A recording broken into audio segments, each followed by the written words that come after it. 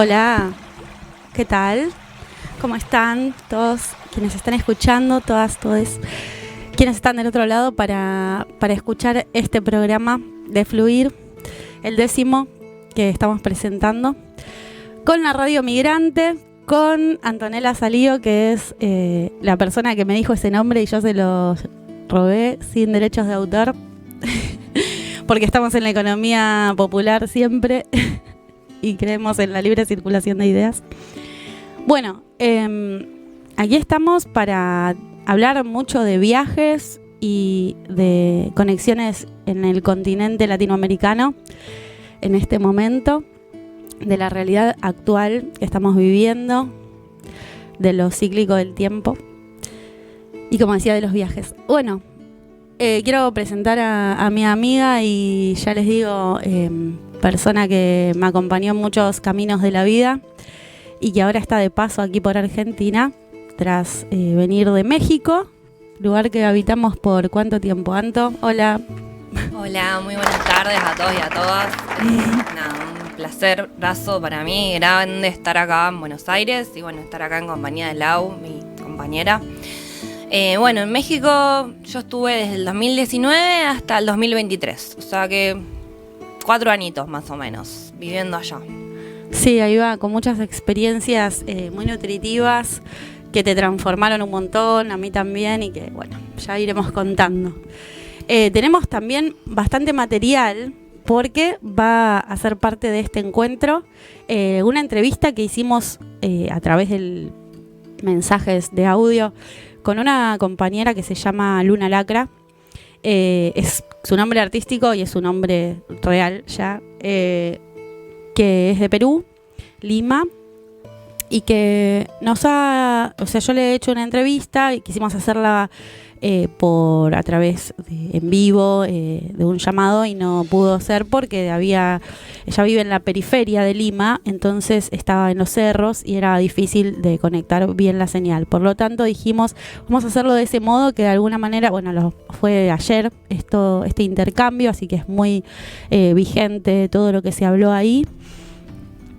Y la idea es hacer hoy con Anto un poco comentario sobre esto que va saliendo, pero primero me gustaría también, Antonella, contar como un poco del viaje, que es lo que deriva en que yo pasé por Perú y después de ahí a México.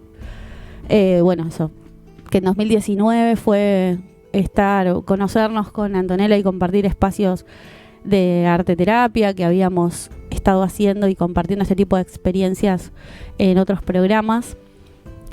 Nos encontramos en un encuentro nacional de prácticas comunitarias en salud y de ahí supe que ella era súper viajera. ¿Querés contar un poco de dónde venías en ese tiempo, anteriores viajes que vos venís haciendo en tu vida, como un breviario de recorridos y la tecnología que utilizás en ese tipo de... porque yo siento que vos me enseñaste un mundo, me abriste la posibilidad de que no había que ser millonario o rico para poder viajar y encontrarse como con redes que te sostienen desde lo comunitario y desde lo artístico y todo lo que proyectamos. ¿Podrías contar un poco de ese recorrido? Dale, bueno, en principio, como dijiste antes, claro, yo vengo de estudios en salud mental comunitaria, de proyectos, territoriales, también de laburar en el área de salud mental, exactamente con personas en situación de vulnerabilidad grave. Y bueno, en 2016 me fui por primera vez del país por largo tiempo. Ya anteriormente, desde el 2013, me dedico a viajar por Latinoamérica, a hacer giras en proyectos comunitarios, también con comunidades autosustentables, movimientos indígenas, diferentes estéticas desde lo autosustentable. En 2016 de 2006 a 2018 estuve viviendo en Europa, donde tuve la oportunidad de conocer al movimiento anarquista en Barcelona y poder, tener estas percepciones a partir de lo autogestivo, desde lo anarquista, poder, bueno, formar parte de lo que fue la Revolución de Cataluña en 2017, bueno, conocer, digamos, estas estéticas desde lo ecológico. Y ¿Cómo bueno, era? ¿Dónde estabas viviendo? En un castillo, puede ser. Bueno, yo me imaginaba siempre como un castillo, esto que contaste, y que tenían como una forma de sostener esos espacios recuperados. claro, sí, me tocó, bueno, formar parte de la lucha de espacios recuperados en Barcelona, bueno, principalmente en los barrios de Tibidabo y La Floresta, que son barrios anarquistas, donde, bueno, hay un movimiento que se dedica a la recuperación de espacios abandonados y intenta convertirlos en espacios culturales, donde, bueno, confluimos directamente poblaciones de inmigrantes latinoamericanos, bueno, y de diversos otros países de Europa en relación al arte y, bueno, y a la autogestión. Ahí va. Y bueno, de ahí en más que viniste para acá, para la Argentina. En 2018 fue que nos encontramos ahí en Estaflor, entonces. Sí, en 2018. Claro, en 2018, bueno, se me da la oportunidad de regresar al país y de poder, bueno, un poco traer a estas estéticas autogestivas o anarcas a lo que sería el plano de acá, bueno, de la zona de conurbano, Buenos Aires.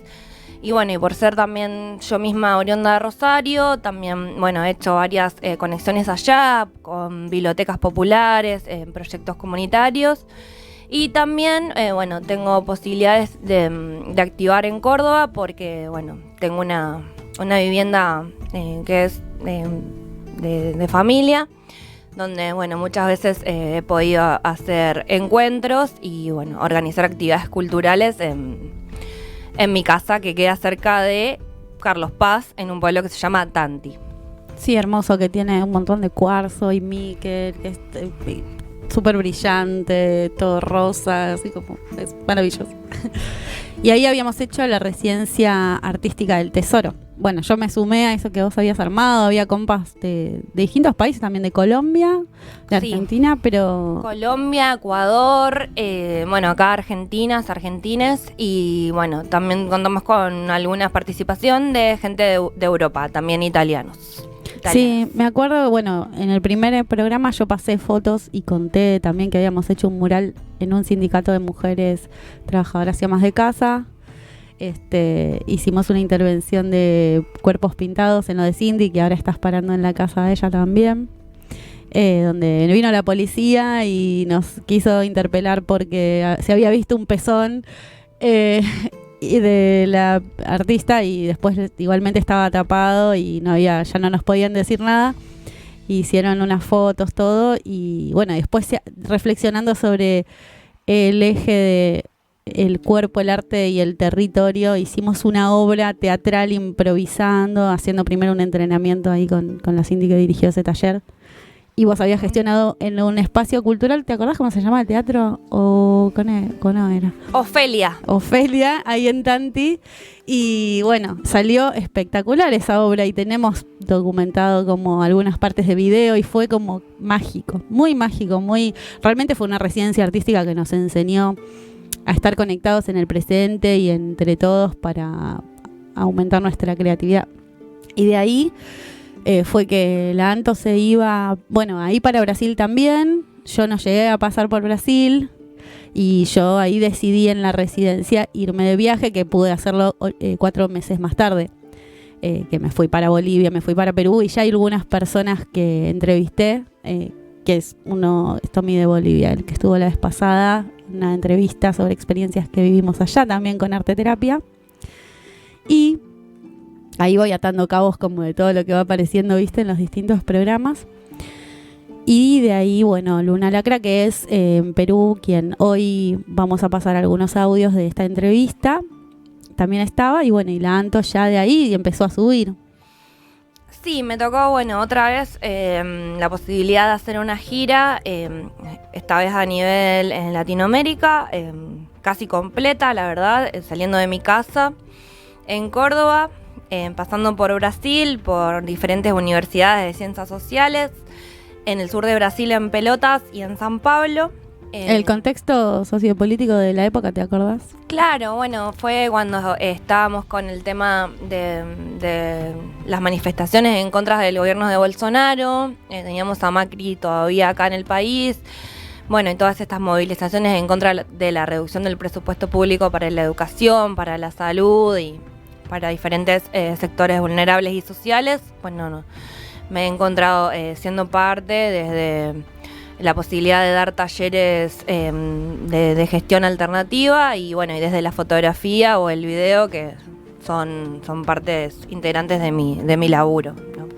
Sí, está buenísimo eso. Me gustaría que lo cuentes la próxima, lo del taller de fanzines también, que son autopublicaciones así, fotocopiando, cortando y pegando, haciendo collage, y cómo, o sea, parece algo accesible ahí de la expresión. Y eso también lo hiciste, ¿no? En Brasil, así viajando. Y después fuiste subiendo. Y a nosotros nos agarró la pandemia, nos agarró allá. Y con todas estas revueltas que veníamos viendo populares, para nosotras no fue como en ningún momento dejar de dar por hecho que esto estaba siendo digitado. Fue como al principio, nunca creímos en eso, creo que por eso no nos agarramos ni un resfrío. Porque era como, nuestra inmunidad hizo que esto no existe. Es como un gran discurso de entrada. Fue muy, no sé por qué nadie nos lo dijo a nosotras. Fue como, es obvio para nosotros. Bueno, a mí lo que me pasó en ese sentido fue que, algunos estudios, como decías antes, del ámbito de la salud mental, por ejemplo, bueno, siempre con Lau tenemos una conversación en torno, por ejemplo, a filósofos como Michel Foucault, la microfísica del poder, cómo operan los poderes fácticos y demás cuestiones en los cuerpos y desde los sistemas de poder como la medicina. Entonces, bueno, la verdad que sí, por la razón de estos oficios del palo de la salud, y ya algunas críticas que eran a priori, digamos, de la pandemia en relación a los estudios académicos o a estos encuentros sociales y políticos que estábamos llevando a cabo durante los gobiernos, de Cambiemos y demás, yo creo que nos facilitaron poder tener un pensamiento crítico llegada la pandemia, que acá en Argentina estaba Alberto Fernández, ¿no? El gobierno de todos, ¿no? Del Frente de Todos, pero igualmente pudimos ejecutar otro tipo de proyectos y una crítica fundamentada en estudios filosóficos y políticos. Tal cual. Sí, eso me hace acordar también a la cuestión de la ley de salud mental, a algo que siempre hablamos, que es algo pendiente también por parte de este último periodo de gobierno, no se implementó, se han quedado muchas leyes que tienen que ver con construcciones de grandes colectivos que las propusieron, que quedaron pendientes, como la ley de medios, la ley de salud mental, leyes que tienen que ver con la protección del medio ambiente y muchas otras cuestiones culturales y todo. Por no avanzar en ese sentido, evidentemente se ha denigrado también la situación de contención y de proyección, creo más bien, de una sociedad que profundice los cambios y que no se quede en lo superficial y solo dejándole el ámbito simbólico a un sistema de mercado que ocupa los lugares que se dejan vacantes. Y con respecto también al tema de la salud mental y nosotras siempre hablábamos en contra del diagnóstico médico, psiquiátrico, como algo que es un elemento de captura, con esto de lo Foucaultiano, con una forma de adoctrinar los cuerpos, de condicionarlos, de programarlos, que tiene que ver con el discurso de poder. En ese sentido, me vienen varias cosas a la cabeza, pero también es el tema de la salud mental, el tema de la sensibilidad.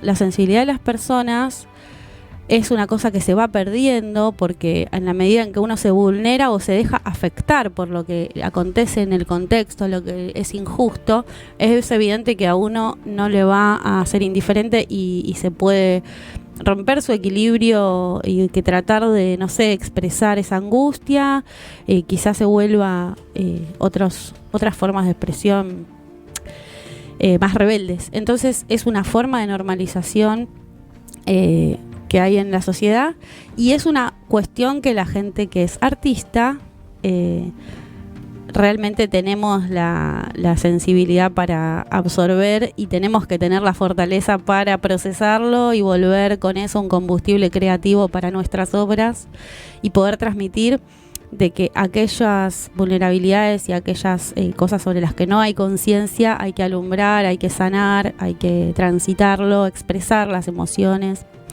Y lo tomo también así como fluidamente para traer la primera parte de esta entrevista con Lunita Lacra, por algo que ella dijo y que se va a escuchar ahora. Podemos escuchar. Hola, ¿qué tal? Muchas gracias, Laura, compañera, por abrir el espacio de conversación y de diálogo. Bueno, para empezar, yo me presento, mi nombre es Luna Lacra. Yo tengo 34 años y soy, soy artista, poeta, performer, trabajadora de limpieza del hogar, cocinere, autogestionaria y autodidacta. Vivo en el asentamiento humano José Carlos Mariátegui, en la parte alta, en los cerros, la comuna 11 del distrito de San Juan del Lurigancho, Lima, Perú.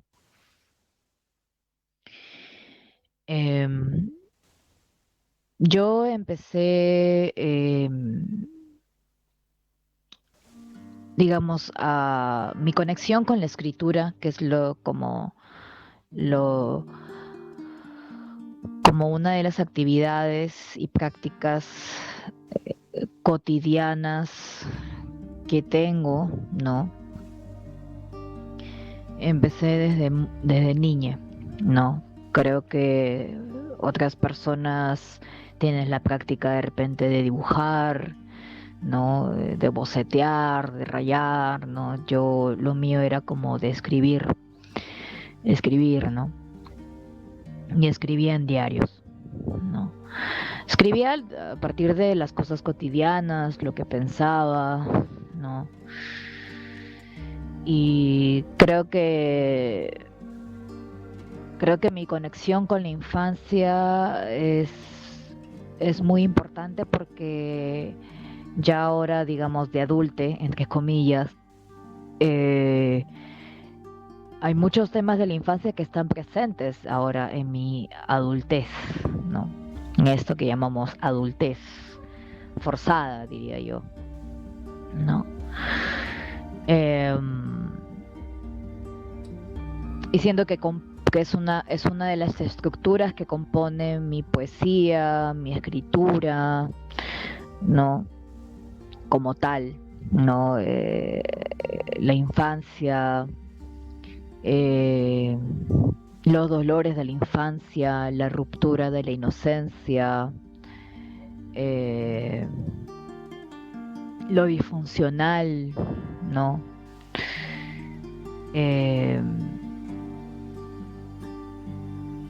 Entonces creo que estas primeras desilusiones o decepciones, y también ilusiones, ¿no? Las inocencias también creo que eran como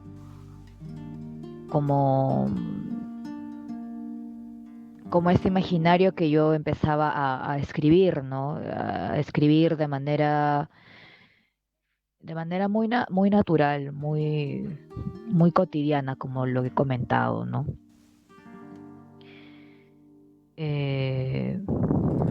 Y aparte porque también considero que hay una parte en mí, de repente sonara cliché, ¿no? No lo sé, pero solitaria, ¿no? Solitaria.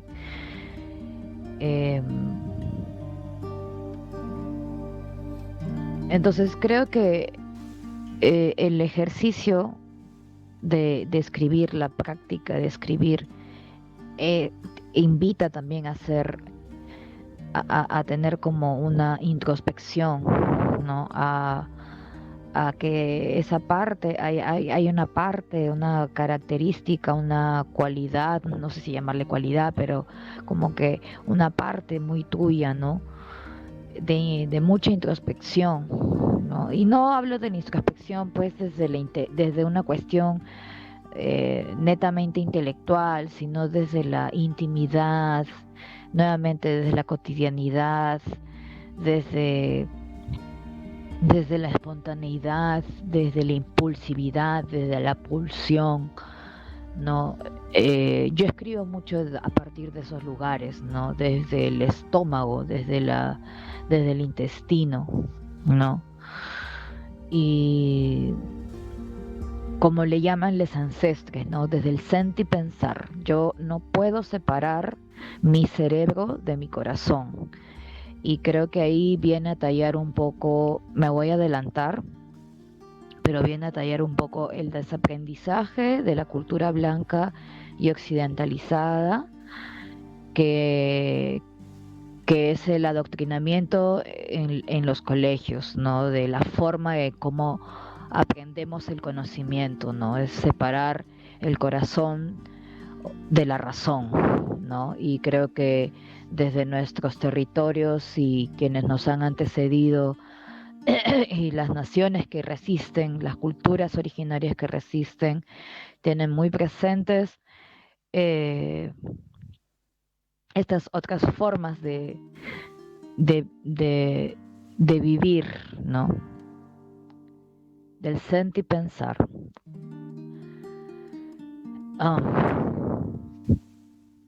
Entonces, creo que esa es una forma también de recuperar nuestra ancestralidad. Quiero también enunciarme, mi voz también parte como una disidencia de género, me enuncio como una persona de género no binario, pero también me enuncio como una persona, como una machona del cerro. Machona, no sé si en Argentina conocen este término o lo usan, pero machona acá en Perú, en Lima, es utilizado como una forma despectiva hacia las feminidades, hacia las mujeres, ¿no? Eh, como insulto, ¿no? Entonces creo que es importante como apropiarse de un término y darle la vuelta, ¿no? Creo que la apropiación es una forma de autodefensa muy importante y creo que los espacios de resistencias, ¿no? Me han enseñado eso, ¿no? Me han enseñado eso, pero también las vivencias en la calle, ¿no?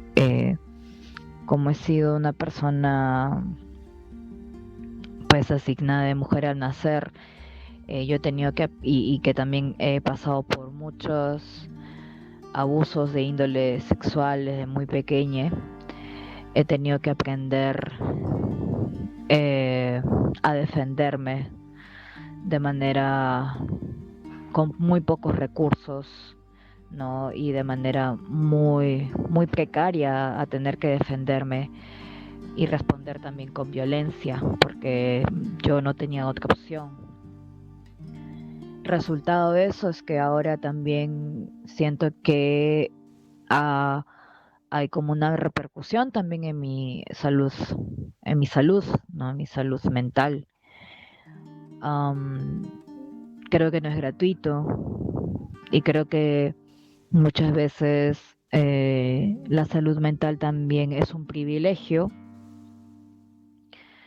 porque si bien entiendo que también hay profesionales de la salud que hacen los esfuerzos necesarios dentro del sistema, ¿no? Pero también tienen escasos recursos, ¿no? Entonces, siento que para tener también una salud mental de calidad es invertir, y hay que a veces que priorizar muchas veces la alimentación, ¿no? O la vivienda, ¿no?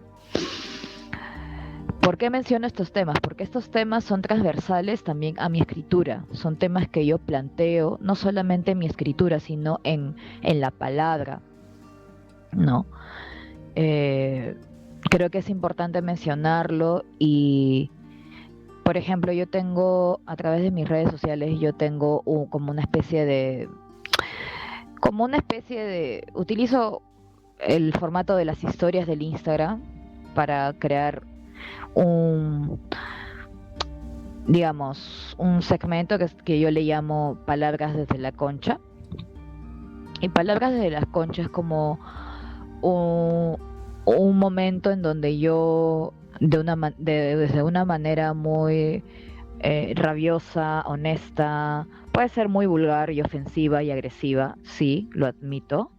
Esa es su finalidad, definitivamente, pero es una forma muy confrontacional de poder decir desde una honestidad muy brutal cada injusticia que puede aparecer desde lo cotidiano, desde, no sé, como por ejemplo hoy día el ministro de Economía dijo una tontería tremenda, ¿no? Como si todos tuviéramos el privilegio de ganar lo que él gana, ¿no? El sueldazo que él gana, como que la solución a la crisis alimentaria que actualmente estamos viviendo sea, no sé, cocinar un plato de eh, un plato A por un plato B. ¿Qué quiero decir con esto? Que él estaba diciendo prácticamente que cocinemos en su imaginario, la solución era cocinar un plato que para él es la solución, pero para experiencias de vidas, cuerpos que no ganan el sueldo que él tiene, cuerpos no privilegiados como la de él, es impensable poder pagar un tipo de alimentación como la que él piensa. Entonces, Palabras de la Concha es esa voz, esa parte donde enuncia temas, eh, extrae, ¿no? Temas puntuales a partir políticos o personales, pero que se pueden politizar, ¿no? Desde un lugar bastante confrontacional, ¿no? No es un lugar ni académico ni nada. Entonces yo siento que aparte de la escritura o de mi poesía, ¿no? Esta visceralidad, ¿no? Tiene un propósito también que puede ser político y no representativo. Entonces creo que desde ese lugar es la forma en la que yo quiero hacer la práctica, el trabajo del arte, porque es un trabajo, ¿no? Yo no veo el arte y no hago el arte desde un privilegio, eh, porque realmente, o sea, tengo problemas de salud, ¿no? Tengo problemas como muchas personas que viven del día a día prácticamente, ¿no? Y no, y cuando digo esto no lo hago riendo, no lo hago de broma, ¿no? Realmente es una forma de, yo he hecho también por bastantes años activismo y el activismo a mí me ha nutrido la vida, ha sido una escuela de vida y me ha permitido eh, aprender con mucho respeto y desde la humildad que que importante es respetar y dejar la postura de salvadores, ¿no? La postura del salvador activista. Creo que a veces caemos mucho en el ego de la representatividad y eso creo que hay que abortarlo también. Eso es un poco como mapeando mi propuesta artística, ¿no? Y también introduzco un poco lo de la ritualidad, ¿no? Creo que vivir acá en Mariátegui para mí representó un cambio importante en mi vida y un acercamiento importante, más fuerte con mi espiritualidad, ¿no? Yo no puedo hablar por no soy maestre, no soy experte en la cosmovisión andina y no me considero tal. No quiero hablar como una apropiación de tal. Yo hablo desde lo muy poco que sé. Eh, Creo que hay personas que pueden hablar con toda la sabiduría y la maestría, pero yo no. Yo quisiera hablar simplemente de que la espiritualidad, y con respeto, que a mí me canaliza mucho, ¿no? Me apertura también mucho a la introspección, a también a visualizar otros mundos posibles, ¿no? Dentro de este mundo también muchas veces injusto, ¿no? Entonces creo que eso también es como una fuente de no para evadir, sino para nutrir, ¿no? Creo que la espiritualidad, como leí hace poco, no es para evadir la realidad, sino para nutrir el corazón, para nutrir el espíritu. Eso es también la forma en como yo veo el arte, ¿no? Porque creo que la espiritualidad está viva, está presente, ¿no? Am, y creo que muchas de las naciones originarias también son políticas, ¿no? Entendiendo la política no desde un lugar partidarista. Entonces eso es un poco cómo es que yo hago el trabajo y la práctica de mi arte. Ese es un gran... eso es lo que puedo compartir, ¿no?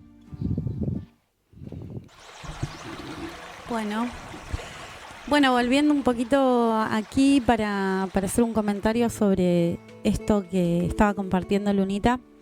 Ella plantea con mucha humildad, porque eso también creo que para poder hacer cosas grandes también hay que mantener con la cabeza fresca, implica mantener esa humildad. Sin embargo, bueno, también quizás no se transparenta con lo que ella dice, lo que yo vi cuando viajé y lo que se puede ver cuando uno presencia su obra, que es un recorrido importante y muy valiente, muy de mucha potencia, de un rol importante, sí, sosteniendo, como también un gran movimiento artístico que hay en el Perú, que pude observar en Lima, estando en los espacios, con su performatividad, con su poesía, con su ritualidad, como estaba narrando, a través de los plumajes, de un altar, de una manera de decir la palabra y de moverse en el espacio, y de su poesía en sí, que ahora vamos a compartir un poco de la misma, cómo eso estaba, por lo menos hasta hace un poco de tiempo, acompañando espacios de la cultura y de la resistencia, con un circuito muy grande de influencia y de llegada a mucha gente, que sí ve cierta representatividad en eso, pero me parece muy bien ese distanciamiento de la responsabilidad del artista acerca de ser un espejo.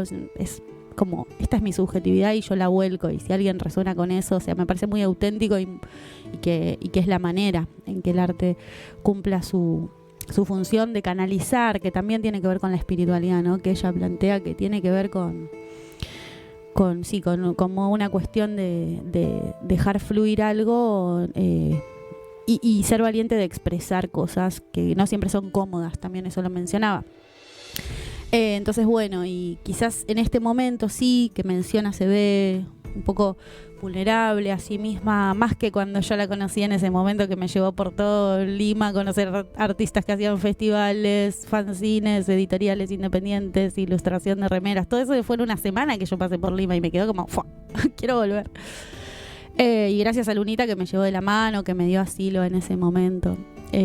Medios independientes también, como es algo que me resonó mucho, y hoy en día que estoy haciendo esto también lo considero parte de un pedacito que me quedó, y quizás por eso también estoy acá. Así que lo agradezco. Somos todos parte de una construcción con otros, digamos, que nos espejamos y bueno, estamos en diálogo. Entonces digo, en este momento quizás Lunita se siente un poquito más eclipsada a veces porque la situación, como estaba narrando, en Perú está complicada, cosas que acá también podemos resonar, entender que hay una vulneración de derechos del acceso al alimento, que debiera ser un derecho humano fundamental que no nos falte, y sin embargo todo lo que es tierra, techo y trabajo no está. Así que ahí está la compa compartiendo, y queríamos ver aquí con Anto, que también es poeta, y que la próxima vez quiero que traiga sus poesías también, por favor. Sí, gran claro. poeta. Me encantaría, hermoso, compartir con todos ustedes. Poder leer un poquito de la obra de la compañera Luna. Bueno, la verdad encantada. Le mando un abrazo gigante a Luna cuando los escuche. No tengo el placer todavía de conocerla en persona, pero bueno, seguro nos vamos a llevar muy bien. Bueno, este poema se llama De bombas y balas. Y dice así: me tienes harto con tu terruqueo. Me tienes harta diciéndome que me pagan y que me vendo por un aguadito. Tú qué chucha sabes de dónde vengo y cómo vivo y quién me parió. Tú qué sabes de mi raíz y de la sangre de mis ancestras que corre por mi sangre. Tú qué chucha sabes de mi sagrada e histórica ira. Para que sepas, el aguadito me lo preparo yo misma porque me lo enseñó mi madre y a ella mis abuelas que migraron a Lima, desde el volcán y desde la laguna, porque no habían centros de salud para curarse en sus propias tierras y en sus propias lenguas. De verdad que me tienes hasta la mierda con tu pero si tú votaste. Óyeme, persona de residencial, de mal y de progreso, ¿cuándo vas a despertar y a darte cuenta que esto no es solo por un presidente? Ya lo sé. Me dejaste claro que tú sí trabajas, que tú sí luchas por eso que llamas patria, que tú sí eres un buen peruano, que come rico ceviche y grita ¡gol! Y un pedazo de oro robado, extraído, robado, oro, cobre, plata. ¿Y el resto a quienes les quitaron la vida?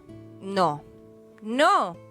La familia que no volverá a ver a sus hermanos para verlos crecer son el luto y las lágrimas. Yo tengo claro que mis palabras son inútiles porque por más títulos, estatus y sueldo asegurado de por vida, nunca entenderás en dónde crece y quiénes cultivan tus alimentos. Porque las aguas están contaminadas, porque la gente tiene plomo en su sangre, porque la gente migra, llora, grita, se enferma y muere. A ti te robaron la memoria y te llega literalmente al pincho. Para mí, todos los presidentes muertos y tu democracia infértil y envenenada. Me tienes harta con tu patriotismo de mete bala y vencerás, porque crees que esta es la única forma de matar. Al maldito comunista, al maldito marica, al maldito cholo, al maldito rojo, al maldito indio, al maldito terruco, al maldito pobre, pobre porque quiere, ¿no? Tú solo estás para cantar el himno nacional cuando se llena el estadio, pero no cuando la sangre se derrama por las balas y las bombas. Tu normalidad me ofende, porque mientras matan gente, tú sigues con tu vida normal. No espero tu respeto, no espero tu lástima. Morirán cientos, morirán miles. Y tú seguirás repitiendo lo que dice el cuarto poder, o seguirás callando y palteando y pedirás la paz. Una paz hipócrita, para lavarte las manos y ponerte la camiseta blanca y roja y cantar Somos libres, seámoslo siempre. Luna Lacra. Muy bueno. Gracias.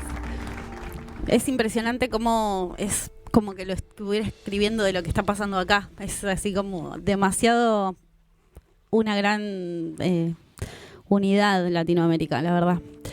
Así que más en estos tiempos, hermanos peruanos, latinoamericanos, seamos unidos. Tenemos las mismas contradicciones internas de la colonia que no se resolvieron todavía. Como dice Lunita, que después lo vamos a pasar, el tiempo no es lineal, el tiempo es circular, como nos enseñan las comunidades originarias, y que tenemos que empezar a aprender de las experiencias del pasado. Vamos a pasar un tema musical del Perú, el primero que ella nos envió, y después diré el nombre del tema.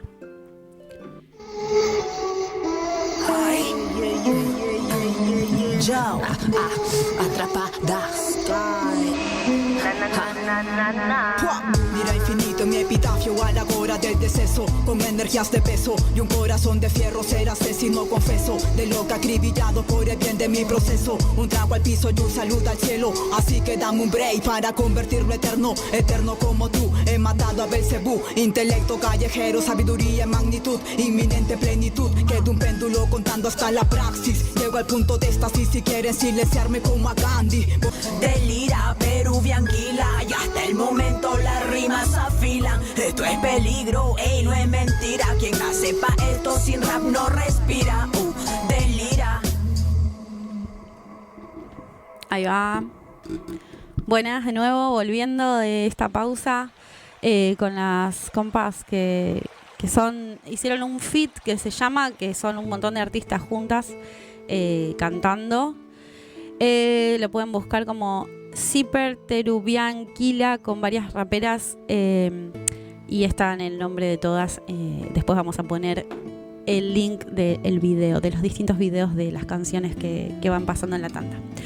Bueno, la temática entonces que estábamos viendo, que está interesante compartir también a través de nuestros viajes y de nuestro, sobre todo, tejido de significados interno, de búsqueda, con la compa que está presente Anto y que está presente de otra manera también Luna Lacra y yo, es que vemos la cuestión de la vulnerabilidad de distintos grupos sociales que van quedando afuera, que se van cayendo afuera del plato, del plan de este sistema normalizador que etiqueta y que no ayuda y que exige meritocráticamente, y algo que es sintomático del mismo proceso de producción de esa normalidad de los cuerpos. En realidad ese síntoma ya es cada vez mayor.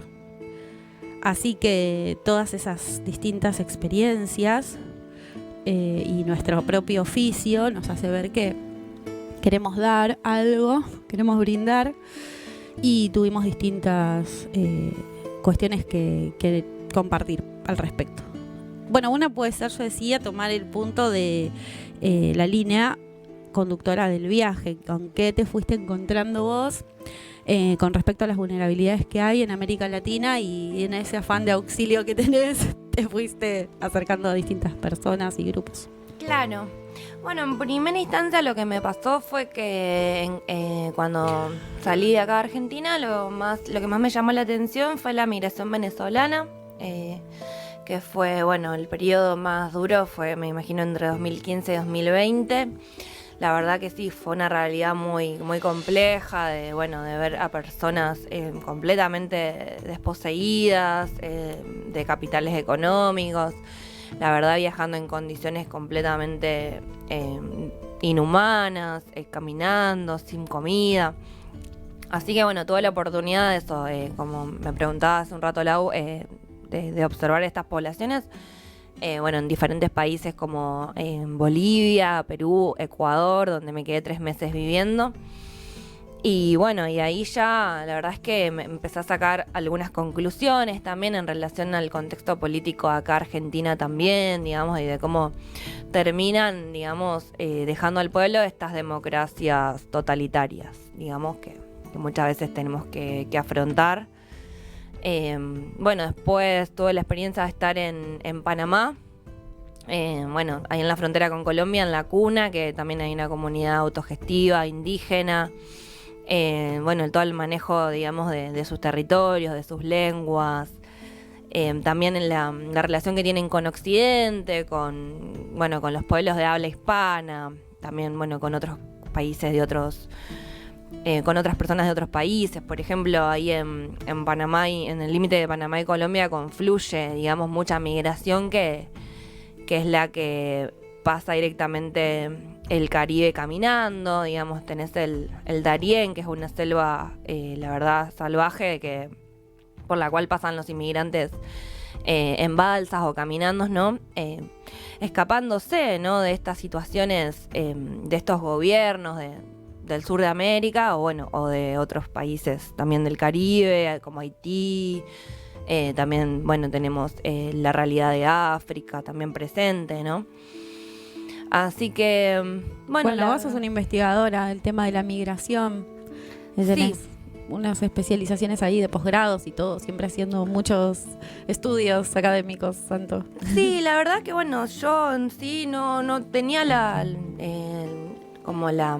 el pensamiento, ¿no?, de que esto de viajar y de querer, bueno, explorar el territorio o, bueno, también conectarme con las realidades adversas o las problemáticas de diferentes lugares de Latinoamérica o del mundo, podía llegar a decantar en un estudio académico.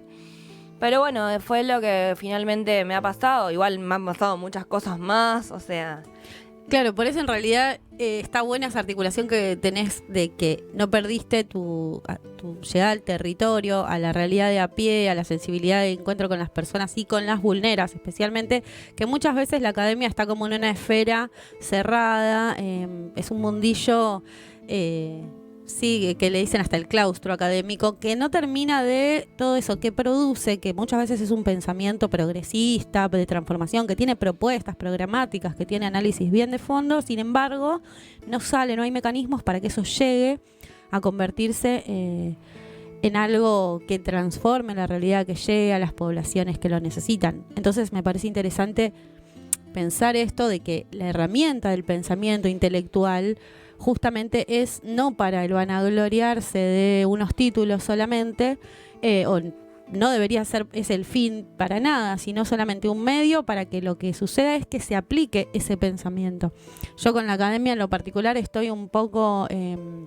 con mi propia experiencia en un entrave de que me puse a estudiar y leía más y me decían, vos lo que tenés que hacer es recibirte pronto y no importa, tenés pensamiento arbóreo, tenés que dejar de leer tanto o de seguir buscando porque no vas a llegar a recibirte. Y efectivamente no llegué a recibirme todavía, tengo ahí que hacer una serie de correcciones, pero estoy escribiendo un libro sobre lo que estudié y se me abrió un campo de pensamiento que tiene aplicación en la realidad y que es súper interesante para mí, mucho más eso que me aplauda como se dice la gente académica que te evalúa cuando haces la presentación. Un tribunal académico. Tribunal todavía igualmente académico. Ojalá suceda para que quizás me favorezca un poco justamente en la construcción a tener posibilidad de acción, pero no tiene otro fin que eso. Pero el pensamiento, hago esta intervención porque hoy en día, dentro de la discursiva de dividir a la sociedad como se está haciendo, se está tratando de denigrar la posición de estudios académicos, de especializaciones, como si eso fuera en contra de que la gente tenga para comer, cuando en realidad hay cosas que discutir al respecto y sí la academia tiene que dar una respuesta a la comunidad, tiene la responsabilidad de devolver un poco de aquello que tiene el privilegio, quienes tienen esos altos estudios, como se dice, claro, de tener una comodidad para poder pensar, para poder elaborar. Entonces, eso sería bueno poder transformarlo en acciones concretas y dejar de que haya tanta división, pero tampoco desvalorizar eso. O sea, tiene que haber, me parece ahí, algo que está dividido, que está artificialmente manipulado para que no ocurra que todas las personas que tienen aportes inteligentes para dar no lleguen a darlos y cada vez estemos más estúpidos como sociedades, digamos, hacia dónde nos dirigimos. Algo ahí tiene que hacer, me parece, la comunidad también académica para hacer una autocrítica y dar algo de su parte, nada más. No, ¿cómo dar algo? Dar todo. Darlo todo. Claro, obvio, siempre nos debemos a la comunidad y bueno, o sea, yo creo que no hay estudio académico sin un estudio de la sociedad, sin un estudio de la vulnerabilidad, como decía acá mi compañera hace un rato, o bueno, sin un análisis complejo de las situaciones sociales y políticas. Total. Ahora que estamos de moda con estos nuevos conceptos, nuevos o viejos conceptos de la casta política Claro. o las esferas políticas de la sociedad, ¿no? Sí, totalmente. Y bueno, en este recorrido también aparece el tema de las adicciones, como algo que vos estuviste observando y sobre lo que pudiste trabajar ya en Baja California. No sé si querés contar un poco de eso. Sí. Bueno, no solo en Baja California, que sí es un lugar en donde, bueno, estuve los últimos 3 años trabajando como investigadora para escuelas de investigación a nivel nacional de México, sino que, bueno, en muchos de mis viajes, ¿no? También me ha tocado en Europa, bueno, o en Venezuela, en Colombia, en Ecuador también, digamos. Incluso aquí, en Argentina, también estar a veces muy cercana de este tema de narcos, ¿no? Y bueno, y de poder tener la posibilidad de bueno, gracias a mis estudios académicos o territoriales, también poder tener un análisis o un criterio de la situación, digamos, bastante complejo, digamos. Bueno, lo que pasa muchas veces es que no hay una conciencia o una acción directa de los gobiernos o de las personas que ocupan los lugares de poder en el sistema de salud para con estas vulnerabilidades por consumos problemáticos y bueno, y todo esto tiene diferentes efectos a nivel de lo social, digamos, sí genera una vulnerabilidad que puede ser bastante descontrolada, depende del territorio, ¿no? Bueno, en el caso de Tijuana, que es el último caso en el que me tocó trabajar, sí estamos con un caso bastante complejo. Bueno, no me quiero meter mucho porque es como un barro en el cual por ahí me voy a quedar bastante pegada, pero bueno, sí, podemos hacer mención. Sí, no se sabe si no hay algún tipo de entramado entre lo político y lo narco, o acaso en algunos países, por lo que se ha visto, lo colonial está muy de la mano, porque parece que no es tan poco intencional sería que hayan estas vulneras que nosotros marcamos y la falta de intención y voluntad política para hacer intervenciones humanitarias que sabemos nosotras que son desde la palabra, desde la contención, desde el abrazo. No sé si hacen falta altas inversiones comparado con hacer calles, volverlas a picar y volver a hacer una nueva. Es más una falta de interés y quizás un interés también en denigrar a cierto sector de la población en sus capacidades mentales y afectivas, y pareciera que es una voluntad vulnerabilizar a la sociedad. Es algo para a esta altura del partido empezar a pensarlo, me parece. Y bueno, en relación a eso de maneras de abordar, que muchas veces en este programa vamos haciendo un compilado de tecnologías de intervención grupal para la sanación a través del arte. En este caso, Lunita Lacra también ha hecho un taller de El Niñe Heride, donde nos cuenta a través de este audio que vamos a pasar cómo es que lo realiza. El taller de Niñe Heride nació a partir de una necesidad de poder justamente romper un poco con las estructuras rígidas, adoctrinantes, militarizadas, heredadas de la forma de aprendizaje tradicional que hemos podido aprender en el colegio o en la universidad, ¿no? Sobre cómo es el buen escribir, el escribir bien, el escribir correctamente, ¿no? Cómo es la estructura de de un poema, cómo tiene que ser la estructura de un relato corto, de una crónica, X, ¿no? Entonces, sabemos que desde esa estructura, ¿no? O digamos, desde esas lógicas, ¿no? Yo no quería partir, ¿no? Niña Heride parte desde una dinámica más bien circular, en donde yo simplemente iba a ser como una facilitadora, en que a través de la integración de distintos saberes, como por ejemplo las prácticas que yo tengo a través de mi ritualización en las performances utilizando plantas medicinales como el eucalipto, la manzanilla, la ruda, ¿no? Estas plantas, la presencia de las plantas, ¿no? La presencia también de un altar, ¿no? Hacerlo también, la locación fue acá en mi casa, yo vivo, como te conté, acá en la parte alta, en el cerro, entonces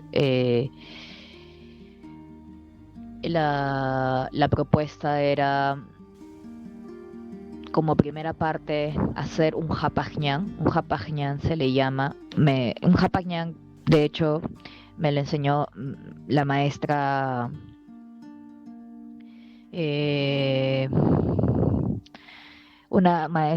una vecina de acá también de Mariátegui, cusqueña, perdón, ahorita no, ya ahorita me viene el nombre, Sabina, la maestra Sabina, una maestra cusqueña, me enseñó el Hapajñán, que es un recorrido a la montaña, ¿no?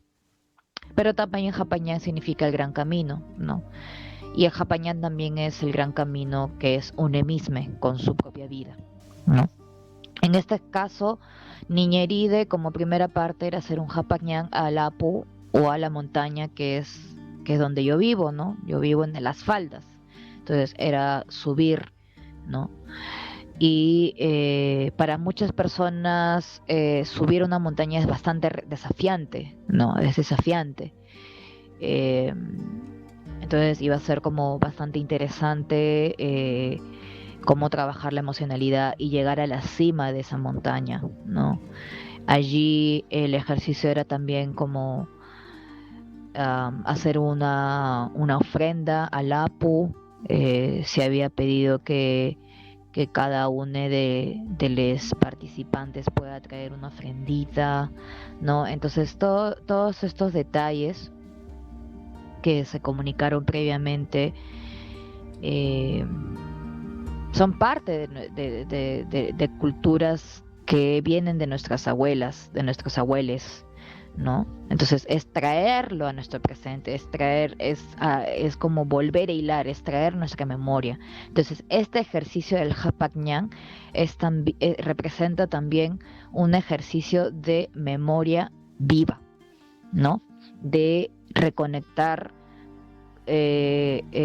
nuestro presente con la historia, ¿no? Porque finalmente para la cosmovisión andina no existe un pasado, ¿no? Es más bien una noción circular, ¿no? No es como una visión occidental del presente, el futuro, el pasado, no, es una visión circular, es totalmente distinta, ¿no? Entonces, la idea era también hacer esta ofrenda, tener este momento de silencio, y fue bastante evocar a la infancia, a nuestras heridas, y porque también dentro de las prácticas de ofrendas, porque había una compañera no binaria también de Paucartambo que nos contaba que, por ejemplo, no era permitido que vayan personas o feminidades a hacer las ofrendas al Apu, ¿no? Entonces era la primera vez que digamos, hacía una ofrenda al Apu. Entonces también dentro de las culturas, digamos, originarias, también hay una cuestión patriarcal, ¿no? Y esto también lo dirán las propias maestras. Yo lo comento solamente porque la misma compañera lo comentó, ¿no? Pero yo no creo ser una persona que lo pueda contar de primera mano, ¿no? Am, entonces, Niña Heride era la propuesta luego de hacer el Japagñán. Wow, fue como, para todos fue una sensación de esa movilización del cuerpo, ¿no? Movilizar el cuerpo fue muy desafiante a nivel físico, a nivel emocional. Estuvimos todos sosteniendo a una compañera también que le tenía mucho, mucho, mucho pánico, y fue un momento de sostenimiento colectivo para esa compañera, ¿no? Entonces fue clave poder acompañarla, ¿no? La otra parte fue ya en la casa, hicimos un compartir de comida, yo preparé la comida, ¿no? Porque fue toda una jornada, ¿no? Todo un día prácticamente, mañana, tarde, ¿no? La mañana y la tarde, ¿no? Eh, entonces ya ahí la segunda parte era como, ya después de esta ruta, un poco hacer un poco de camaradería, conversar, descansar un poco, y ya eh, un poco hacer los ejercicios orientados eh, a qué representa la luz y la oscuridad, más allá de esta visión judio-cristiana que nos han enseñado e impuesto, ¿no? Que entendemos y qué emociones, qué memorias nos evocan, ¿no? Entonces trabajamos a partir de allí, y, y formamos grupos también, conversaciones también, y creo que fue muy bonito porque también este taller de Niña Heride fue dirigido para disidencias, personas trans, no binarias, lesbianas, ¿no? Entonces creo que eso también es muy diferente a la vivencia heterosexual, ¿no? También había mujeres, ¿no? Entonces es muy diferente a, digamos, a la vivencia heterosexual, que tiene otras dinámicas.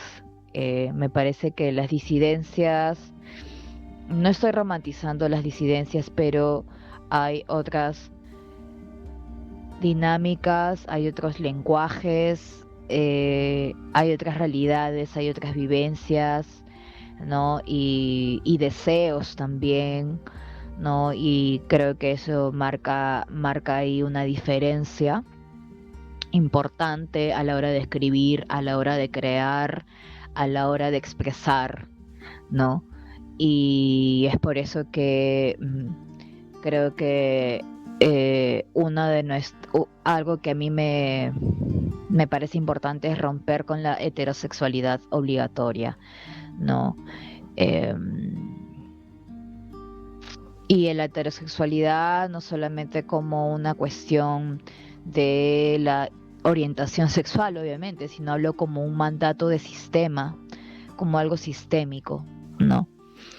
Entonces, es todo eso lo que encerraba el círculo de antiescritura Niña Heride, transmutando la herida.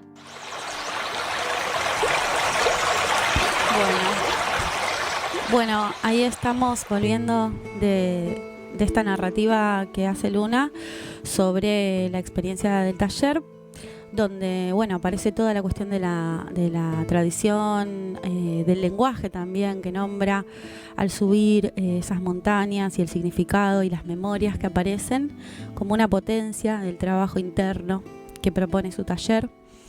Y en eso estábamos aquí, mientras tanto, pensando ciertas experiencias que estuvimos teniendo últimamente de análisis con la compa Anto que llegó, y ciertos incluso tránsitos por distintos momentos de encuentro sobre lo político que vemos cómo se está reaccionando con este contexto. Y parte de los análisis que hacíamos al principio tiene que ver con esta división de nuestra sociedad, que aparece por el tema que antes lo mencionaba en un pasar, de las castas sociales, como porque acá se está hablando como que en un principio la discursiva que prende es que hay una casta política privilegiada que la gente ve como personas que no están siendo sensibles a las necesidades del pueblo, y entonces habría que sacarlos. Pero la salida viene siendo por un lugar de violencia y de división en clases sociales, que eso es lo que a nivel de autocuestionamiento me parece que la situación está presentando, revelando de la realidad una lectura que por lo menos en términos personales nunca había hecho. Este término de las castas, que siempre lo analicé como algo de otra época o de otros países, entendí que está totalmente arraigado en lo que es nuestra Estado-nación con Z, porque realmente esta nación argentina se basa en el genocidio de pueblos indígenas, en echarlos de sus tierras y imponerles una cultura occidental, o poner, según la visión sarmientina de la educación, que era civilización o barbarie, la idea de que lo que venía de Europa era superior. Y entonces las pieles blancas, que somos parte de un sector social, no sabemos ver, porque lo tenemos muy pegado al rostro como para verlo con cierta distancia objetiva y crítica, que tenemos privilegios por el mero hecho de tener ese origen. Siendo que somos personas que venimos en general, yo en mi caso, mi familia viene de los pogrom en Ucrania, que era cuando se echaban a los judíos, se los perseguía para el asesinato, y si no se tenían que ir, y por eso vinieron bisabuelos acá, también escapando de un genocidio. Entonces también vinieron anarquistas, comunistas y gente que quería revertir situaciones de desigualdad social, pero siempre en torno de ese origen europeo. Y también vinieron de todo, ¿no? También vino sectores fascistas, y siempre esa tensión estuvo dentro de este país. Y a su vez, entonces, es un montón, ¿viste? Es difícil de abarcar. Claro, pero una realidad muy compleja, atravesada por momentos históricos, guerras civiles. Y que no es parte de la narrativa, porque lamentablemente en esto de interpelarnos a nosotros mismos como que sostenemos algún privilegio que no vemos, y por qué un sector social que hoy en día se cae del plato mucho más grave y le está faltando la comida mucho más, y le está siendo grave la situación de vulneración por robos, que es una problemática que ocurre más virulenta en los barrios de bajos recursos que en los de clase media. Y esas problemáticas, ninguno de los medios de comunicación que representan un sector político, que se la pasan hablando actualmente de lo que pasa en el mundillo de la macropolítica, y no entienden que no están haciendo ningún tipo de representación de los sectores populares. No hablan de ellos, no hablan de lo que realmente les interesa. Por eso están casi siendo también odiados y pensados como parte de una casta que no los registra y que en sí tiene privilegios. Y todos los que van asociados con esa pertenencia ideológica por más que enaltezcan un discurso de que el peronismo y que fue el que incluyó históricamente a las capas populares y tal, en realidad no lo están representando, porque estamos que también hay una cuestión de medios de comunicación y sobre todo lo digital. Estamos siendo utilizados para que esa división se mantenga, porque hay como circuitos de información cerrados por separado de cada sector social. Eso es muy grave, porque en realidad la situación concreta de la elección no representa democráticamente un porcentaje representativo de la población, mucha gente está votando por esta dicotomía, pero no está votando, está haciéndose un poco como la boluda o no entendiendo bien qué es lo que se está planteando con una cuestión de reivindicación de crímenes de lesa humanidad, o sea, o de, no sé, diría eso, ¿no? Como hablando en contra de la justicia social, algo que debiera ser el principio fundamental y lógico de nadie puede venir a defender la injusticia. Entonces, bueno, vaya que uno puede irse por las ramas diciendo todo lo negativo que están tratando de imponer. Claro.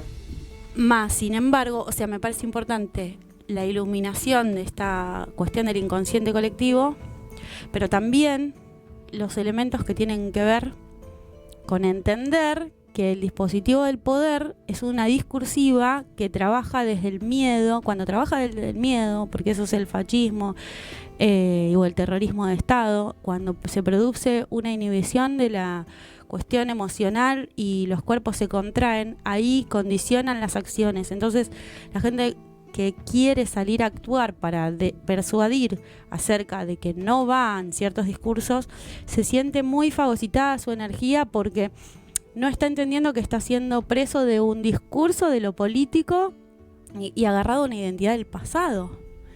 El pasado donde circularmente sucedieron cosas graves en la historia de la humanidad. La realidad es que lo construimos entre todos. El que tiene miedo también construye abre esa posibilidad cuántica. Ahí hablo de la cuestión de la espiritualidad y de la ciencia cuántica, que dice que los átomos tienen la información. Esto me van a juzgar como, pero a mí me llegó esta información hace poco tiempo y la estoy hilvanando. Y me parece muy lógica. Yo trato de hacer siempre cosas que me hagan relajar, que me hagan estar en equilibrio y armonía interna, porque nada que uno no tenga dentro puede llegar a su vida. Es como la vibración que uno irradia es la que puede llegar a atraer a lo similar, según también las leyes del Kybalión. Y en realidad siento que estamos colectivamente creando un fantasma que tiene que ver con un pasado lejano y que el poder lo que sabe es que es un elemento de captura en el discurso. Y ahí está lo de Foucault, que dice que el poder no existe, o sea, quienes son poderosos son ciudadanos de a pie como cualquiera de nosotros, tienen 2 patas, tienen 2 brazos, tienen lo mismo. O sea, lo único que tiene el poder es que vos juegues el juego que te propone de relación. Claro, vos tenés que estar... Relaciones de poder. Claro, lo único... No existe el poder, existe... El poder es una relación, según Foucault. Y habla en la metafísica o la microfísica del poder. También habla de la hermenéutica del sujeto. Habla del etos social, que el etos es como esa pauta colectiva de pensamiento en común, de lo cual decimos un nosotros y una historia en común. Y ahí, por último, vuelvo para cerrar desde la autocrítica, o no propia, pero sí colectiva, de pertenencia a un sector social, donde nosotros decimos somos 30.000 detenidos desaparecidos presentes. Yo tengo un tío de 23 años, lo asesinaron, porque hubo todo un dispositivo también para hacer que los pibes vayan a hacer eso. Y, sin embargo, tampoco me voy a casar con esa identidad y decir esto vale más que quizás reivindicar también el genocidio indígena y darle lugar a ver que está viniendo el Malón de la Paz, qué está pasando, o qué está pasando en los barrios populares que no tienen representación, quién está hablando de eso, quién está viendo y sensibilizándose realmente con lo que... Si hay alguna conmovida solidaria, a nadie se le ocurre pensar que la desigualdad es algo interno dentro de la sociedad y no solo una decisión de un político. ¿Por qué no podemos organizar algo más desde las bases para darnos una mano de manera en que se diluya el odio que están gestando? Porque ese odio tiene que ver con ver el distanciamiento que tenemos acerca de ver todos los días gente pidiendo en los trenes y que están graves las situaciones y no hay mecanismos comunitarios, sociales, redes, nada como había en otras épocas para... Como esto que también en un momento, si llegamos con el tiempo, podemos pasar el audio de Luna Lacra, que habla sobre las ollas comunes y los huertos comunales que hicieron allá en tiempos de pandemia. Que igualmente no los idealiza y dice que no hay que romantizar esos procesos, pero ni dejar de exigir que un gobierno tiene que hacerse cargo también, pero es como algo que ocurre en simultáneo. Ningún gobierno va a hacer algo que la comunidad, totalmente dominada por cuerpos adoctrinados y que todos esperan que otros hagan algo y nadie pone como un active propio, no hay manera de que un gobierno reaccione, y lo único que hizo que acá las cosas cambien en el 2001 fue que la gente se hartó y salió a la calle y volvió desde el lugar de la solidaridad, piquete y cacerola, la lucha era una sola.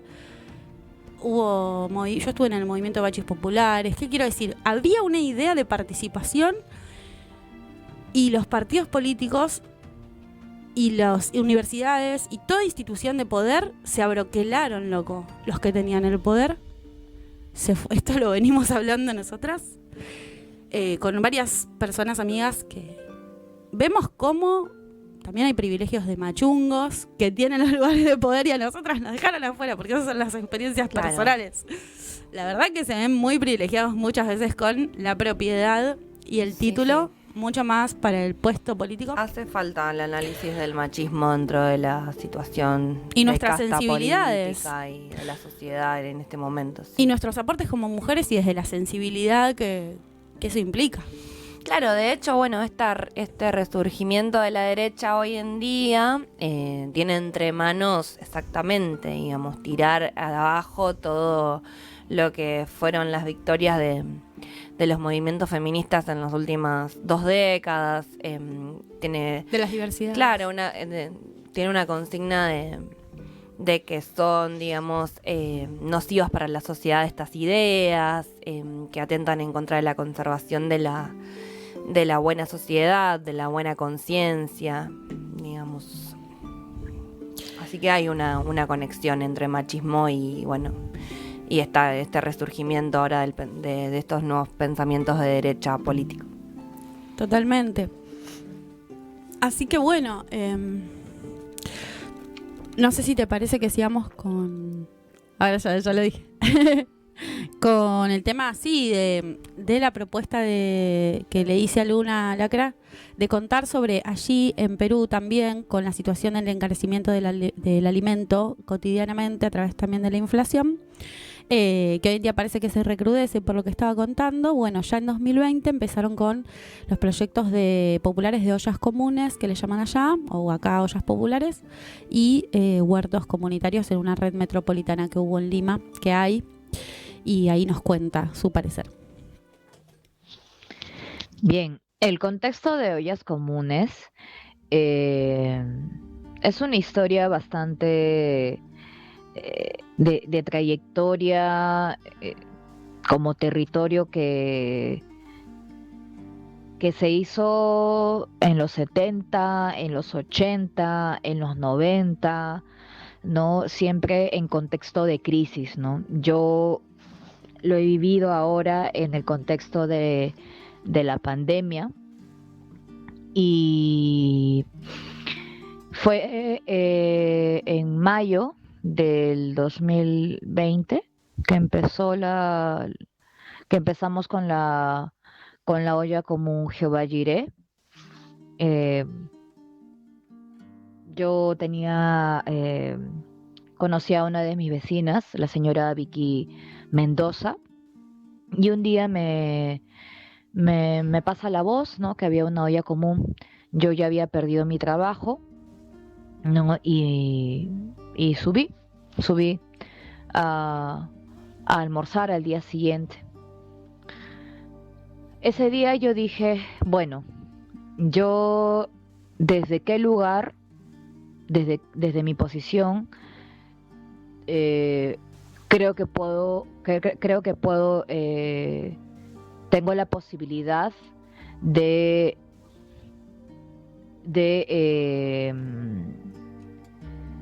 echar una mano a esta olla común, ¿no? Ser parte de la olla común, trabajar en la olla común. Entonces, la olla común ya estaba organizada, ¿no? Habían varias vecinas y la verdad la situación era bastante dura y precaria, ¿no? La olla empezó a hacerse en la casa de una vecina y miles de ollas se activaron a nivel de toda Lima metropolitana, ¿no? Llegaron a nivel de Lima metropolitana, llegaron creo que a ser más de 1.200 ollas comunes, ¿no? Y el distrito con mayor presencia de ollas comunes era San Juan del Lurigancho, porque San Juan del Lurigancho tiene una población de más de 1 millón de personas, ¿no? Es el distrito más grande de Sudamérica.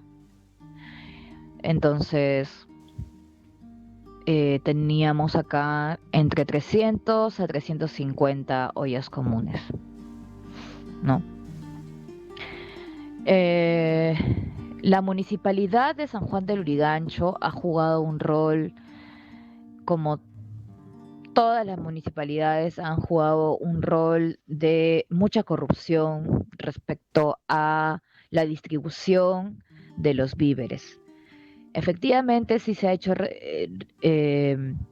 distribución de los víveres, pero eso fue porque dirigentes de las ollas comunes se autoorganizaron de la parte de Lima Norte, de Lima Este. San Juan del Lurigancho, donde yo vivo, pertenece a Lima Este. De Lima Sur se autoorganizaron en marchas y plantones frente al Congreso para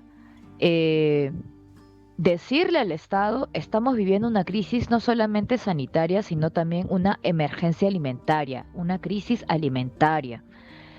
Entonces, la mayor parte de la gente, el 70% de la gente en el Perú, vive del trabajo informal. Perdón, en Lima, vive del trabajo informal, es decir, también del día a día. Entonces, era una situación muy, pero muy crítica, y las ollas comunes estaban dando de alimento con lo que podían.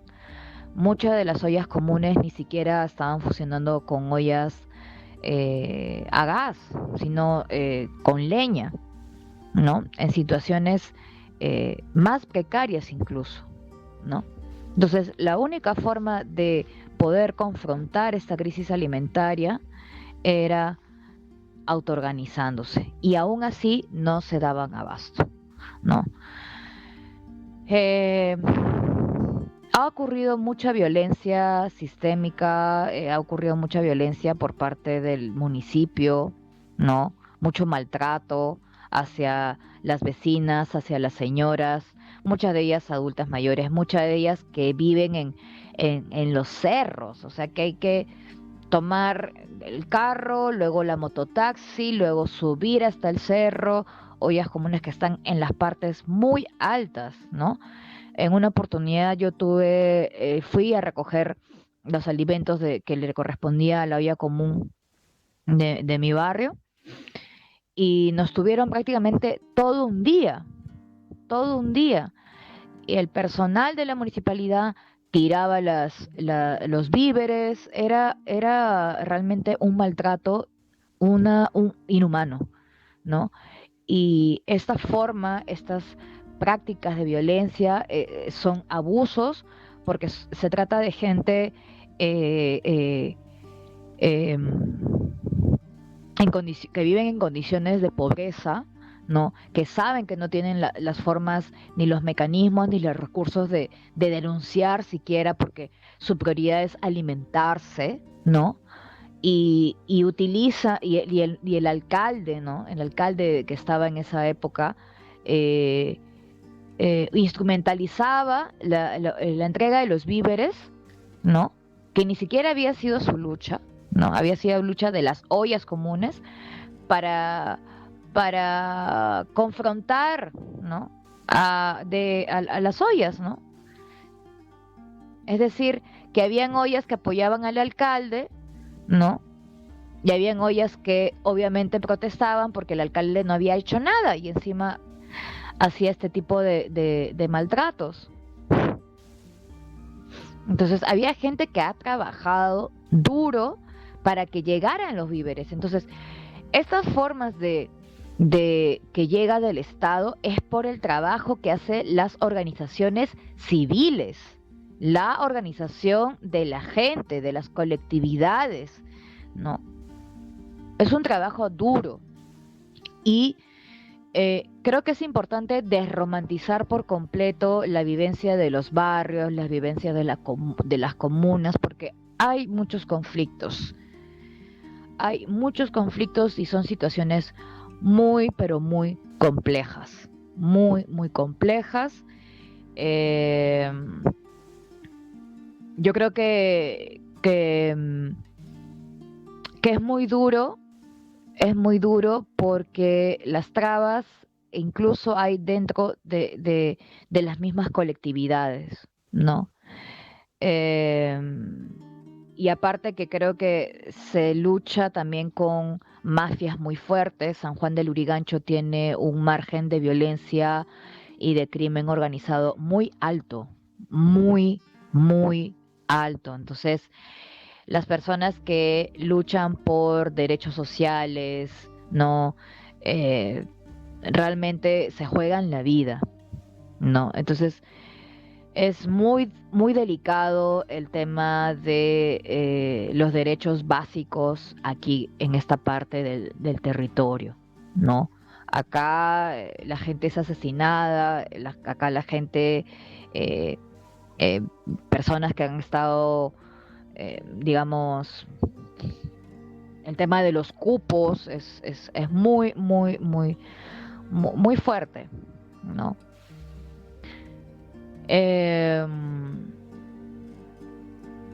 Entonces, esas son las complejidades que se han presentado dentro de las ollas comunes, ¿no? Las propias fiscalizaciones, las propias personas que eran parte de la fiscalización para que todo el flujo de la distribución de los alimentos funcionara correctamente. Ha habido actos de corrupción. Entonces, ha sido muy complejo ese escenario, ¿no? Muy, muy duro, ¿no? Y mucha gente ha trabajado también desde sus posibilidades, o sea, realmente desde el puro activismo, ¿no? Entonces, ese es el problema, ¿no? De, de que a veces uno se pone en esa situación de que por, por luchar, ¿no? Por un bien común, a veces también uno no descuida también las propias necesidades básicas, ¿no? De cómo pagar la casa, cómo pagar los recursos, la luz, el agua, ¿no? Entonces, yo creo que a veces también para hacer activismo hay que tener las necesidades básicas cubiertas, ¿no? O qué otros mecanismos funcionarán, ¿no? Pero a veces, bueno, yo estoy hablando desde mi propia experiencia y vivencia también. Am, por otro lado, la experiencia de los huertos creo que ha sido una experiencia también muy potente. También diría que hay que desromantizarlo porque, por ejemplo, escuché una idea que comentaste sobre que no hay que esperar siempre el Estado. Esto creo que hay que tomar, digamos, hay que ver desde dónde lo decimos, ¿no? Desde qué lugar lo estamos diciendo.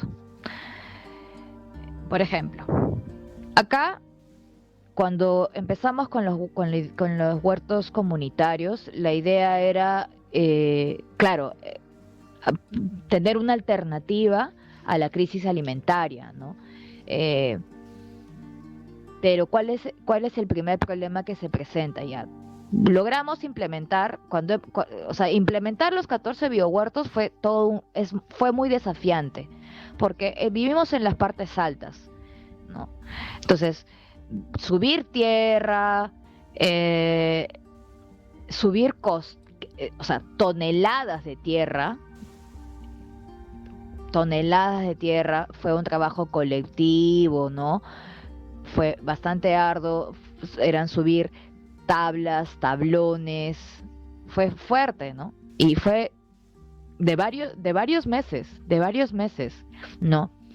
Lo bacán es que hubieron jornadas, ¿no?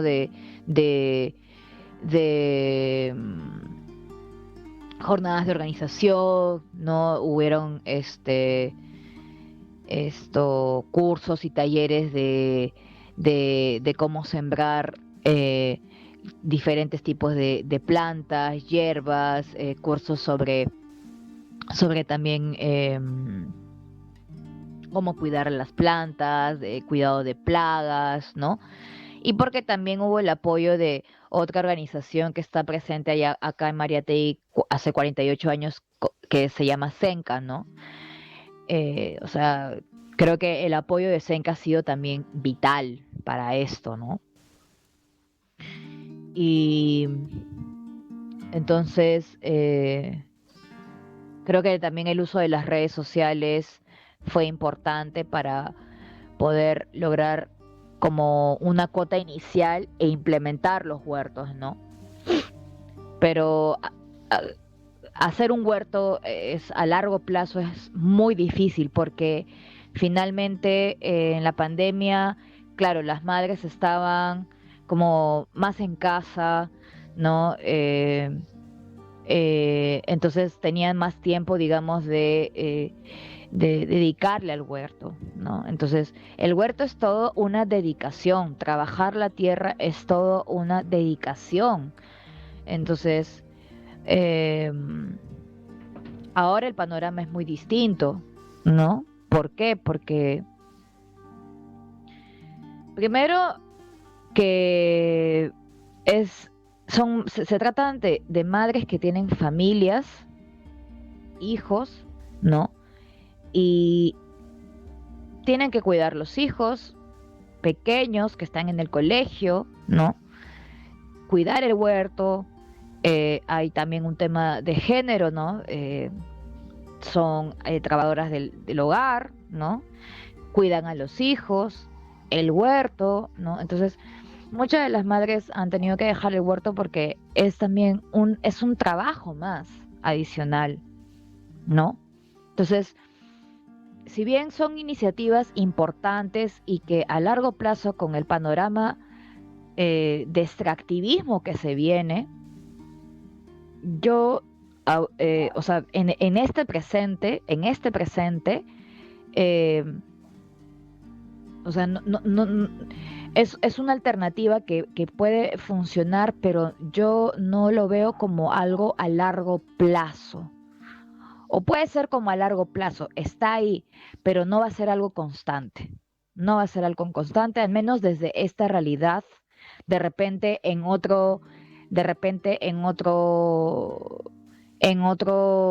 escenario sí, ¿no? Yo no digo que no sea posible, puede ser posible, ¿no? Pero creo que desde la experiencia de aquí, las madres siguen también saliendo a la calle, buscando trabajo para poder sostener también su día a día a sus hijos, ¿no?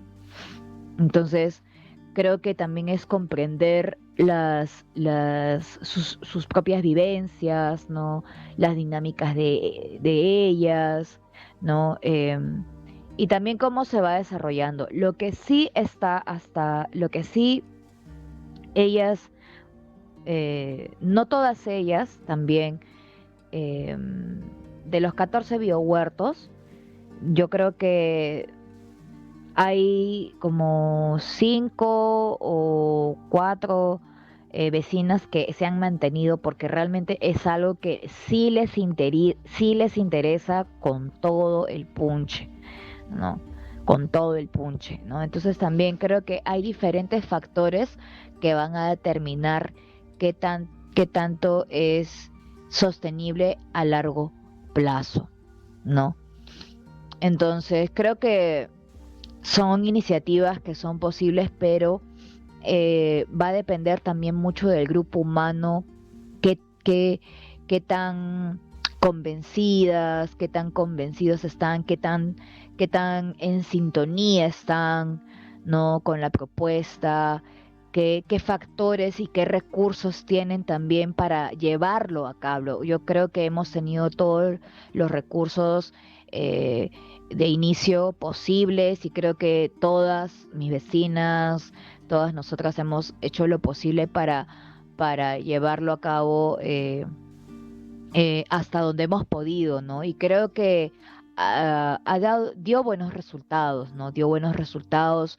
Creo que eh, fue una respuesta ante un momento de crisis, ¿no? Y creo que también fue, fue como un proceso importante también de conocernos entre todas, pero también como una muestra de una posibilidad ante un momento de crisis, ¿no?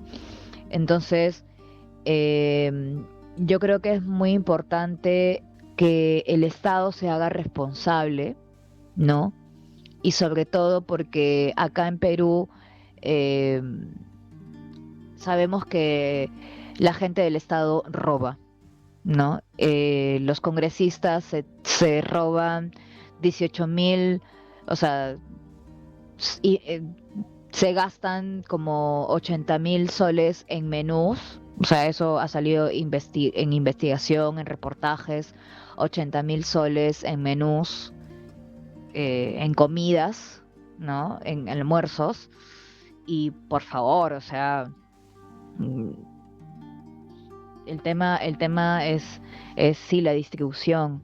eh, Indigna, genera rabia, porque mientras en territorios que han sido, que, que han representado grandes naciones, grandes culturas, ahora están siendo asesinados por genocidios, por los derrames de petróleo, por la explotación infantil, por las violaciones infantiles, ¿no? Eh, con la promesa del progreso. ¿Qué progreso? ¿De qué progreso hablamos? ¿No?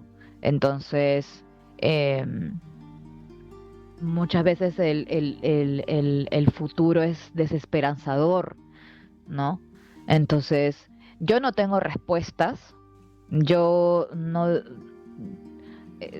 yo no diría que un biohuerto es la respuesta, porque realmente lo que va a venir dentro de unos años es la escasez del agua y yo no tengo una respuesta ante ello, ¿no? Eh, Quienes son los máximos responsables ahorita eh, están dándose la gran vida, ¿no? Y nosotros acá acuerpando en el día a día. No, entonces yo no tengo las respuestas, yo no tengo la solución, pero igual acá seguimos, ¿no? Bravo, bravo. Bravo, bravo. Impecable, impecable la compañera. Totalmente. Hablando de la redistribución, ¿no? De los recursos, cuando nos hace falta, digamos, pensar en esos temas en este momento. Totalmente. Es lo mismo que sucede acá, pareciera que habla del mismo exacto contexto. Realmente, bueno, es muy interesante la experiencia de los biohuertos y las ollas comunes. Igualmente, como ella dice, no alcanza, pero es un buen lugar para también encontrarse, sostenerse. La compañía no es solo para alimentar el cuerpo, sino también el alma. Y saber que nos tenemos me parece más fundamental que quedarse.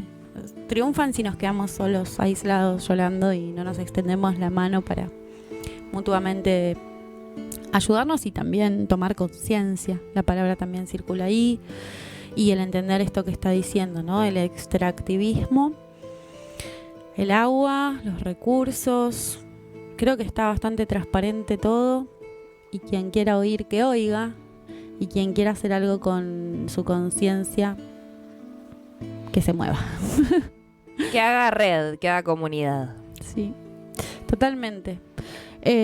Y para no quedarnos tan apichonados en relación a tanta conciencia, pero también porque la poesía de Lunita tiene muchos aspectos que tienen que ver con la vida cotidiana Se pueden ver, después yo voy a compartir, es Luna Lacra en Instagram, si la quieren ir buscando,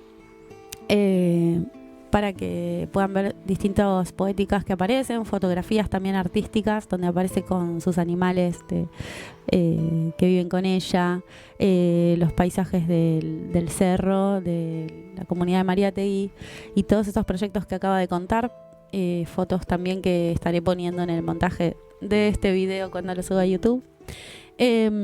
Bueno, y aparece, como digo, más de su poesía. Entonces, para mostrar otra faceta de esta narrativa poética de la cual hablamos hoy, presentando a esta artista peruana y referente, por lo menos para nosotros, queremos compartir otra poesía.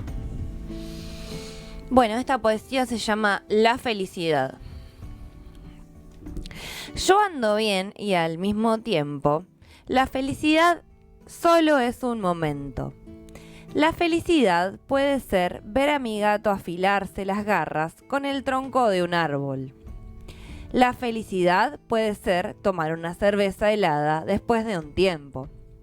La felicidad puede ser una buena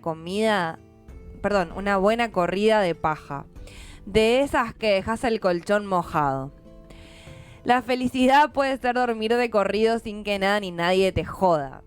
La felicidad es mirar el río Lurín de noche con mi perro acompañándome. La felicidad es reconocerte en el otro y conmoverte hasta las lágrimas por hallarte. La felicidad es besarte los pezones mientras cae mi saliva formando un río. La felicidad es ver, escuchar y sentir la lluvia en la madrugada. La felicidad es viajar por tierra hacia el sur de nuestros territorios. La felicidad es tirarme sobre el peque peque y que navegue por Yarinacocha. La felicidad es estar fumando mapacho en el patio, meditando con la luna. La felicidad es sentirme a mí misma. La felicidad es encontrarme con mi conciencia rabiosa, errante, ambulante, andante y danzante. Estoy dañada, estoy reconstruida, estoy fortalecida. Me he oxigenado, estoy como adormecida. Nunca dejaré la militancia de ser yo misma. Ya no hay vuelta atrás. Estoy dañada, estoy reconstruida, estoy fortalecida. Bueno, muchas gracias. ¿Se escucha? Yo no me escuchaba. Sí. Bueno, nos quedan 10 minutos para este encuentro de hoy, que no sé, ¿cómo lo describirías? ¿Qué te parece todo lo que aconteció? ¿Cómo lo viviste?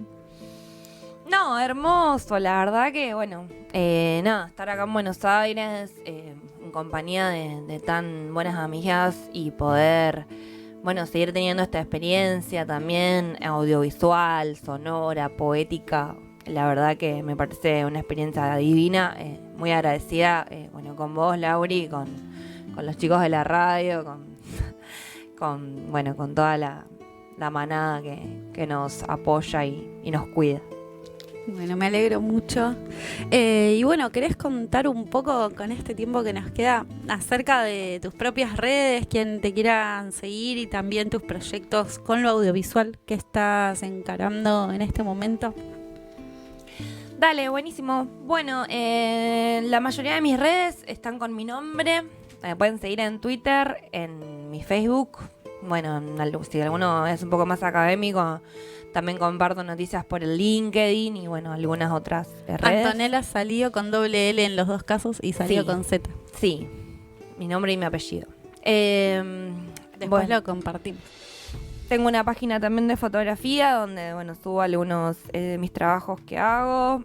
Principalmente soy fotógrafa de comunidades. Hice algunos trabajitos sobre las comunidades indígenas del sur de México. Actualmente estoy produciendo también proyectos junto con organizaciones y asociaciones. Es una alternativa laboral que le encuentro a estas formaciones en investigación, en territorio y en políticas de salud. Y bueno, y con respecto al audiovisual, ahora en este momento estoy escribiendo mi primer película, una película que también es la posibilidad de llevar al lenguaje cinematográfico muchos de mis pensamientos y mis vivencias. Tiene bastante contenido relacionado a mi vida personal. Y bueno, dentro de lo que fue ser una mujer migrante y estudiante y bueno, y artista. Así que bueno, en este momento estoy con estos trabajos y bueno, puede ser que dentro de poco salga también algo por acá por Buenos Aires. Me voy a quedar unos días más, así que bueno, también estamos tramando grabar alguna cosita o hacer algún cortito o algún trabajito audiovisual por acá por Buenos Aires antes de partir. Ahí va, bueno, muchas gracias, Anto, por acompañarnos. Fue muy lindo todo hoy y seguiremos en el próximo encuentro antes de que te vayas para el Brasil, por favor. Y ahí te hago una entrevista un poquito más desarrollada. Dale, buenísimo, hablamos de cine. También quedó un pedacito de la entrevista que le hice a Luna Lacra, que habla un poco más de la coyuntura, pero creo que con lo que habló en Ollas Comunes y en todas esas cuestiones desarrolló bastante lo que es la realidad que se está pasando. Así que seguimos igual, estamos como en un tren de reflexiones unas tras otras. Y bueno, finalmente también una de las canciones que mandó para cerrar el programa, la pasamos ahora, que es de Yana, se llama Marca Perú. Hasta la próxima. Chao, gracias. Gracias a todos por escuchar.